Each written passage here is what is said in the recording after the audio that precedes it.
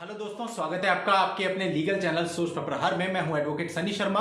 और दोस्तों, आज की इस वीडियो में मैं आपके लिए एक लेटेस्ट जजमेंट लेके आया हूं 2021 का।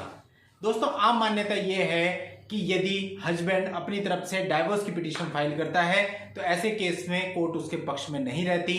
प्रैक्टिकल भी यही होता है, यानी कि कोर्ट इस तरह से काम करती है कि यदि हस्बैंड ने अपनी तरफ से डाइवोर्स का केस पहले फाइल कर दिया है और उसमें ग्राउंड जो है वो क्रियलिटी है तो उसको प्रूव करना मुश्किल होता है, कोर्ट जनरली उसमें हस्बैंड के फेवर में नहीं रहती। लेकिन दोस्तों, आज का मैं एक जजमेंट बताने वाला हूं आपको। इस जजमेंट के सारे एलिमेंट्स को आप देखिएगा और इन सारे एलिमेंट्स के बेस पर कोर्ट ने इसका डिसीजन हस्बैंड के फेवर में किया। ट्रायल कोर्ट ने हस्बैंड के फेवर में किया, इसकी अपील हाई कोर्ट में डाली गई। हाई कोर्ट ने भी बहुत सारे फैक्टर्स को देखते हुए जो डिसीजन था वो हस्बैंड के फेवर में किया। तो यदि आपके केस में भी ये सारे फैक्टर्स, ये सारे तथ्य मौजूद हैं तो फिर इस जजमेंट को आप अपने केस में यूज करके इसका पूरा लाभ उठा सकते हैं। तो आज की इस वीडियो में मैं आपको इस जजमेंट से रिलेटेड सारी चीजें, इस केस में क्या चीज थी, सब बताऊंगा।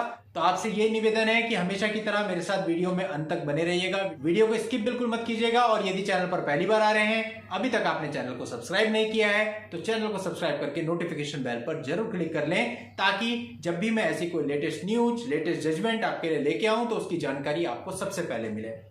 तो दोस्तों, वीडियो में आगे बढ़ने से पहले मैं ये कहना चाहूंगा कि कल मेरे यहाँ देहरादून पर सिद्धार्थ जी आए थे मुजफ्फरनगर से, और मैं उनका हार्दिक धन्यवाद करना चाहूंगा जो 300 किलोमीटर की ट्रैवलिंग करके इतना दूर मुझ पर ट्रस्ट करके अपना केस डिस्कस करने मुजफ्फरनगर से देहरादून आए।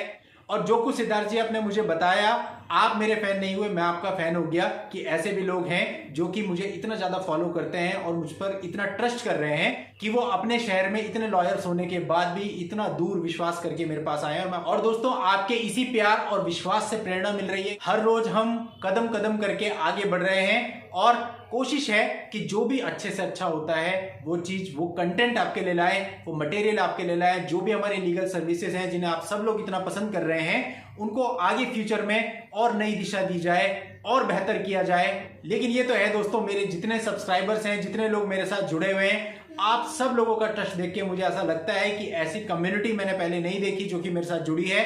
और जब मैं इस चैनल पर नया आया था, मैंने कभी सोचा भी नहीं था कि आप लोग मुझ पर इतना ट्रस्ट करेंगे और इस तरह से मेरे साथ जुड़ेंगे। आप सबका बहुत बहुत धन्यवाद दोस्तों। अब हम आगे बढ़ते हैं और बात करते हैं इस जजमेंट की, इस केस की, किस में क्या हुआ। दोस्तों, हस्बैंड ने अपनी तरफ से कंटेस्टेड डाइवोर्स का एक केस फैमिली कोर्ट में दाखिल किया। अब फैमिली कोर्ट में दाखिल करते हुए उसने जो बेस बताए वो क्रियलिटी के बताए कि ऐसे ऐसे उसके साथ क्रियलिटी हुई है, यानी कि उसके पास जो भी अपने घटनाक्रम थे वो सारे उसने उस केस के अंदर दिखा दिए। और उन सारे घटनाक्रम को देखते हुए ट्रायल कोर्ट ने यह माना कि एक्चुअल में उसके साथ क्रियलिटी हुई है और उसको डाइवोर्स की डिग्री दे दी गई। अब जो वाइफ थी, वाइफ इसके खिलाफ अपील में हाई कोर्ट गई। अब दोस्तों, हाई कोर्ट ने इस मामले के सारे तथ्यों को देखा। स्पेशली जिन चीजों को ध्यान में रखते हुए हाई कोर्ट ने अपना डिसीजन दिया वो ये थी कि हाई कोर्ट ने देखा कि भाई जो वाइफ है, वाइफ ने इस पूरे मामले में कुछ रॉन्ग स्टेटमेंट्स दी हुई हैं। और साथ ही हाई कोर्ट ने देखा कि जब पति का एक्सीडेंट हुआ था और वो 45 दिन के लिए ऑलमोस्ट बेड पर था, उस समय वाइफ या उसके किसी भी परिवार वाले ने उससे मिलने तक की जहमत नहीं उठाई, उससे मिलने तक नहीं आए। अगला पॉइंट जिसको हाई कोर्ट ने ध्यान में रखा वो ये था कि जब हस्बैंड की तरफ से सेक्शन 13 डाइवोर्स के लिए फाइल किया गया था तो वाइफ ने उसका कोई विरोध नहीं किया। यदि उसकी इंटेंशन साथ रहने की होती तो वो सेक्शन 9 फाइल करती हिंदू मैरिज एक्ट के अंतर्गत, लेकिन उसने ऐसा नहीं किया। तो इससे उसकी इंटेंशन क्लियर है कि वो साथ नहीं रहना चाहती थी।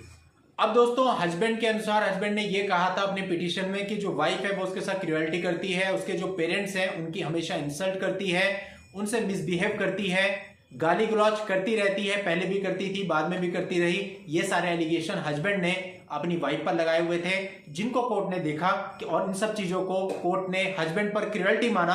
और साथ ही ये देखा कि 7 साल से भी ज्यादा समय से जो वाइफ है वो अपने हस्बैंड को छोड़ चुकी है और अपनी मर्जी से अलग रह रही है।